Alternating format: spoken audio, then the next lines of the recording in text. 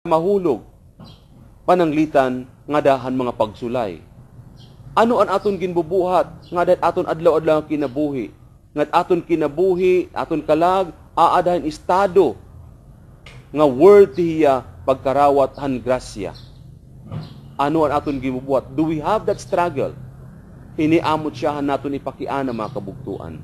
Kaya kung waray kita struggle, diri kita naniningkamot, we do not exert an effort, kaya singon dida nga diri kita interesado, diri kita naruruyag, dida in pagbantay aton kalugaringon, in pag-ataman aton kalugaringon, kay anytime pwede kita mahulog ngadto han pakasala. Ani kaduha mga kabugtuan, angay naton ipakiana. Aada ba an aton pagampo? Ang pagampo din mga kabugtuan, importante kaupay. Siring pamanisan Pablo, o didahan ay ibang didahan surat, no? Han bagong minsaaran nasa yung dida, hikita angay mag-andam kay an aton kaaway amo anyawa diri nato nakitaan. Diri kita nakita. So spiritual warfare. So aton gimbubuhat amo luwat ang naton pagampo. Pray. Pagampo ngadto sa Dios. Kay amo ini an usang paagi nga diin hikita makakaprotektar aton kalugaringon dida han mga pagkahulog naton ngadto han sala. Ani kaduha mga kabugtuan, aside from the prayer, amo ang pagkita naton aton kalugaringon. Hikita ba, aada ba, han pag-ukoy, han aton mga baptismal promises. Nga diin, hikita, aada na masulot, dida han panapton ni Kristo. To vest the vestment of Christ. The new life in us. Hikita ba, aada ba, ginaataman naton ini? Oy kita ba, aada hinpagpadayon dida, hinpaghugaw hini. Nga bisan kung aada kita nalunay na hinkahugawan sala, aada lagi hapon kita nagpapadayon. We should be watchful also of this, mga kabugtuan.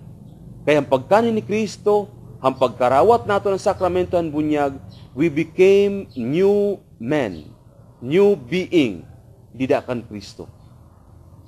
Ginpasaylo kita aton mga sala, gintagan kitahin mga pamaagi, kununan ho naton pagpugong naton kinabuhi nga diri makasala.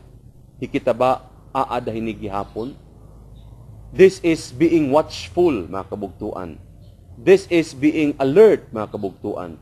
Kay anytime aada maatake aton anyawa. Diri kita maaram kung saan uliwat kita aatakihon. But we have to understand nga didakan Kristo aniya mga sakramento iginhatag aton, iginhapahamtang aton, so that gamiton naton, so that we can vest dida aton kalugaringon the newness of our person, the newness nga aday Kristo aton kinabuhi.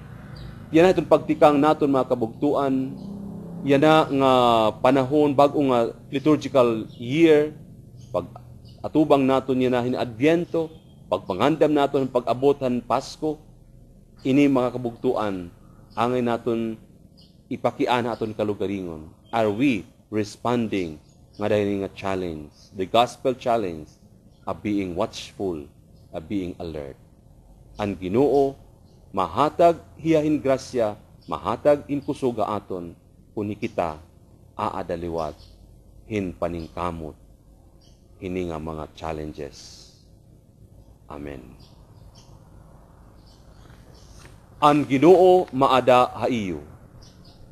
Bendisyon ang takamohan makagarahom nga Dios, an Amay, an Anak, o gan Espiritu Santo. Amen. Nagpapasalamat ako ha iyong tanan, ha aton mga sponsors, o hinaot pa unta magkirigta kita ngahaw kasunod nga Domingo.